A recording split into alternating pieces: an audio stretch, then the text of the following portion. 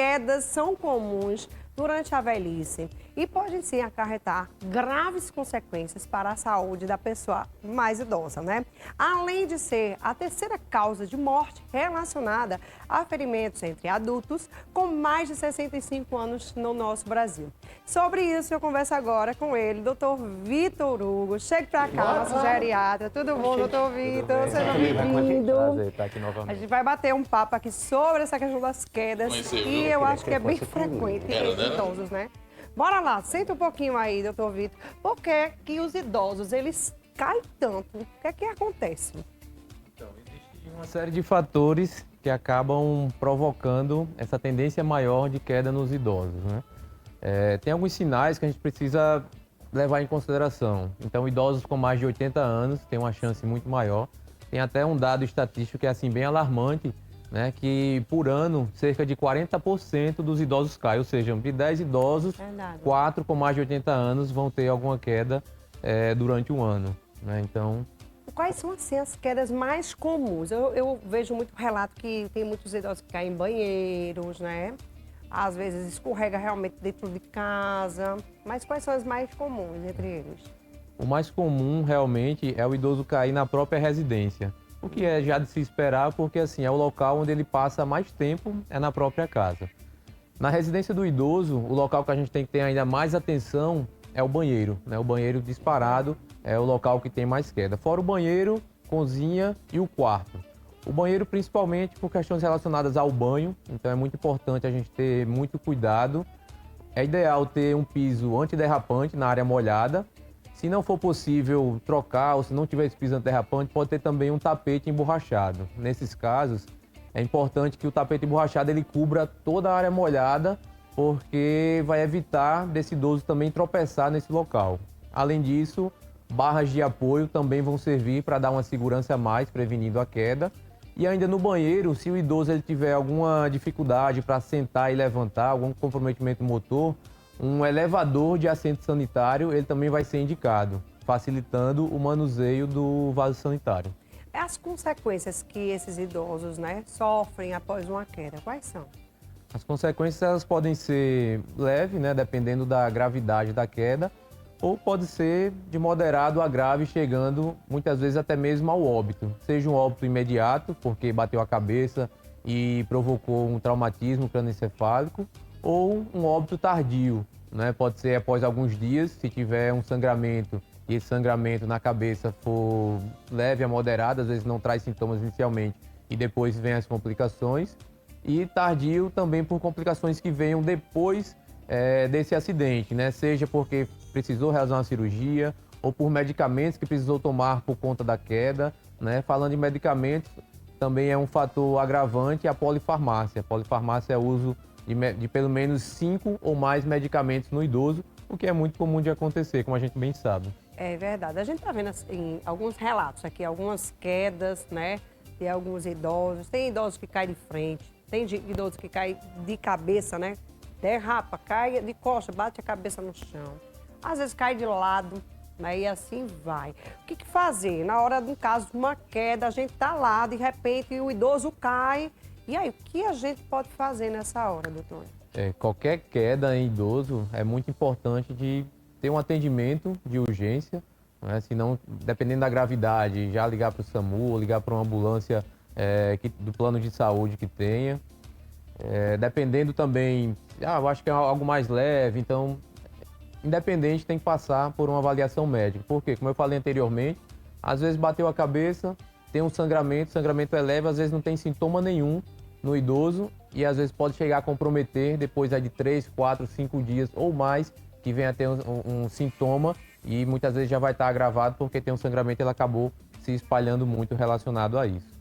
Tá aí, o que fazer? Quais são os cuidados? Assim, vamos lá, a gente está com a família em casa, tenho certeza que tem muita gente com seu idosozinho lá, que cuida do idoso em casa.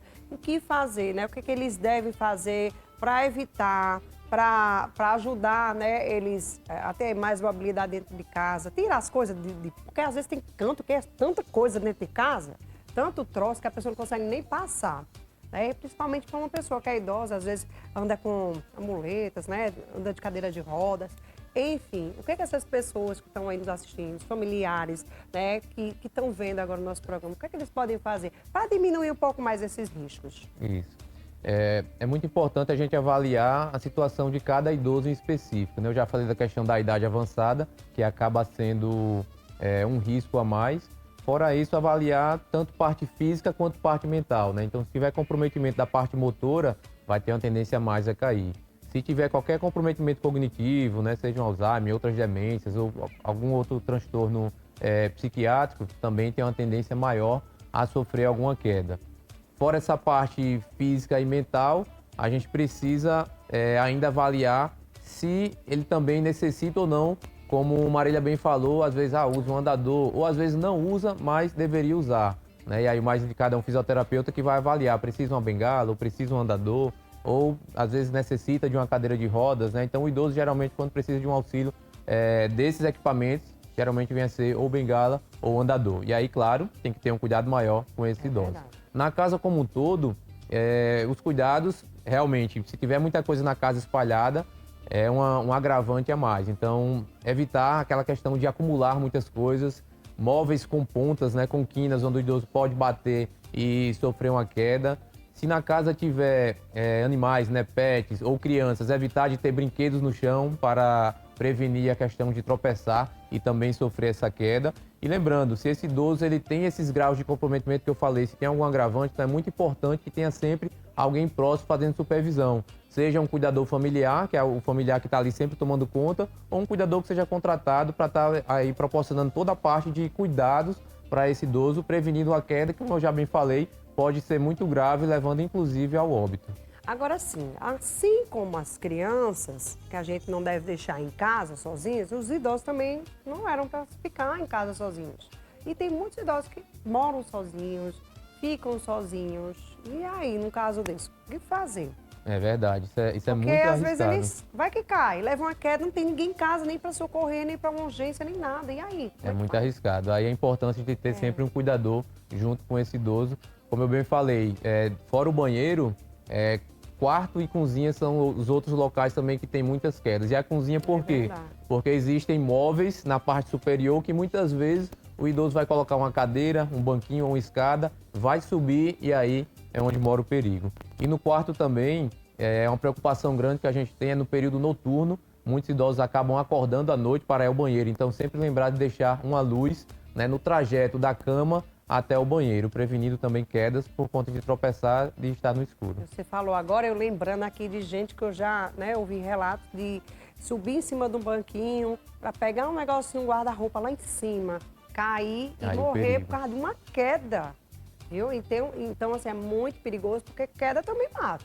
É verdade. Tem gente que acha que não, levou uma quedinha, às vezes cai, não foi nada ali na hora, mas vem as consequências lá na frente, né?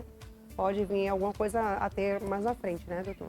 É verdade. Pode tem que ter muito inclusive, cuidado mesmo com essa questão de queda. pode inclusive comprometer a qualidade de vida, né? Às vezes vem uma fratura do fêmur, precisa fazer cirurgia ou Verdade. não, às vezes não consegue voltar a andar, né? Quem sabe que o idoso tem uma série de situações, Comorbidades. doenças já associadas, medicamentos, então sempre é algo que é complicado, qualquer alteração que tenha relacionada à parte da saúde. Os ossos vão ficando mais enfraquecidos com a idade. O que fazer para dar uma melhorada? Fortalecer. Exercício físico. Sim, tanto os ossos quanto o próprio músculo, ele vai envelhecendo, né? Na verdade, o organismo como um todo, os órgãos, os sistemas, eles envelhecem. Então, para prevenir, né, essa fraqueza tão acelerada, né, dos ossos e dos músculos, a musculação, ela vai ser o melhor remédio, né, digamos assim. A melhor forma tanto de prevenção quanto de reabilitação. Quando esse idoso ele não pode fazer por alguma restrição, a gente procura outra atividade e também trabalhe com exercícios resistidos, como pilates, pode fazer também, natação, ou outra atividade que se adeque, né, à condição física ou ao gosto dessa pessoa. Acho que a alimentação também ajuda bastante, né? Fazer uma boa alimentação, que é rico em vitaminas, né? Muitas Vitaminas. vitaminas. Tem idosos que não tomam as vitaminas adequadas. Porque nem tudo, nem consegue comer tudo, né? É verdade. Não come tudo. Então, às vezes, não come isso, não come aquilo, então tem falta de vitamina em muita coisa. Então, às vezes não toma um polivitamínico, às vezes está com falta de dinheiro para comprar realmente uma vitamina B12 ou uma vitamina, sei lá o que mais, D e outras mais, né? Enfim. E às vezes essa falta de vitamina também contribui para que a pessoa fique um pouquinho mais fragilizada, né, doutor? Por isso que é importante sempre realizar um check-up, né, periódico, para que essas vitaminas elas sejam sempre avaliadas, né? Porque às vezes a gente pensa, vou tomar uma vitamina D, uma vitamina C, outra vitamina, mas é importante analisar e ver realmente o que precisa, né? O idoso ele tem uma tendência muito grande a ter um déficit de vitamina B12 e vitamina D, são as principais, né? Cálcio também. Então, assim, a gente precisa sempre estar avaliando e estar suplementando, porque como você bem falou, só a parte de ingestão, muitas vezes a gente não consegue suprir a necessidade do nosso organismo. E o idoso ainda mais. Primeiro porque muitas vezes ele não come, né? A grande maioria não consegue comer como antes. E tem outro fator agravante, como eu falei, o corpo envelhece como um todo. Então, o trato gastrointestinal ele também envelhece. Consequentemente, ele não consegue absorver a mesma quantidade de nutrientes. Então, um bife, por exemplo, de carne que eu como, vamos dizer, se eu estou ingerindo ali 20 gramas de proteína, o idoso ele vai conseguir absorver 10 ou 15, né? Então, metade disso. Doutor Vitor, queria ficar mais aqui conversando, mas meu tempo estourou. Obrigada a você por ter vindo aqui esclarecer sobre esse assunto mais uma vez, viu? Obrigada mesmo. Eu que agradeço. Muito obrigado e boa tarde. E para você que está em casa, uma boa tarde, fiquem com Deus e até amanhã. Amanhã é meu aniversário, hein? Quero parabenizar vocês, hein? Um beijo grande. Tchau.